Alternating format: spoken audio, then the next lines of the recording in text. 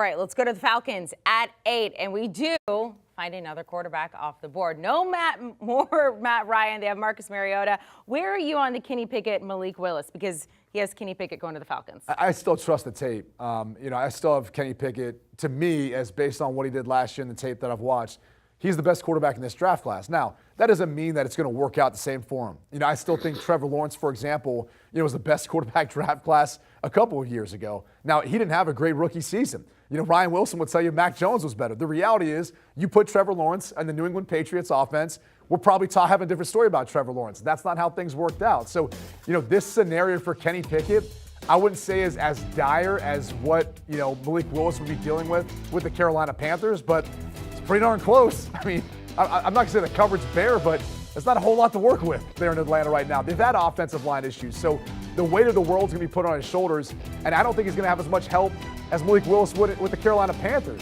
So outside of Arthur Smith being the head coach, an offensive-minded guy, and he may be working to a system that plays to the strengths of Kenny Pickett, that's about all this spot has going for him. It's a tough spot for Kenny Pickett to be in here. Yeah, old Kenny Two Gloves. It's going to be a tough spot for him. And see, here's the problem.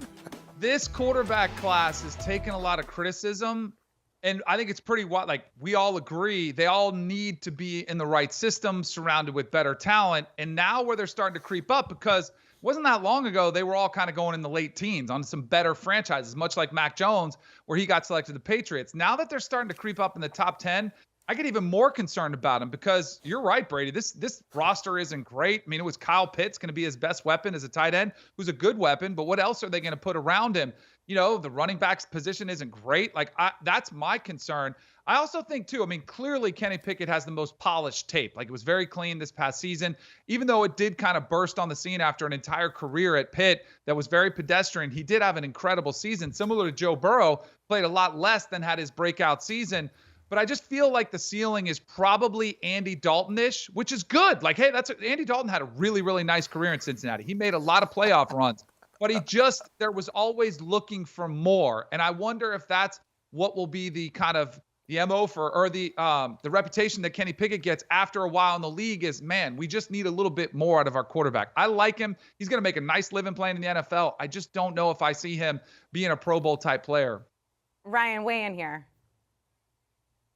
I'm laughing because John Breach is the only person that supports Andy Dalton, and now Danny had to bring him up. But I don't think you're wrong. I've actually talked about Daniel Jones as being a comp for Kenny Pickett, being thrown into a situation where the expectations are through the roof, and the next thing you know, everyone's down on Daniel Jones. It's not entirely Daniel Jones' fault. If Daniel Jones goes to the top of the second round, everyone's like, oh, okay, that's what we expected. And I think sometimes, as you note, Danny, we're putting too much expectations on these kids, especially if they go in the top 10.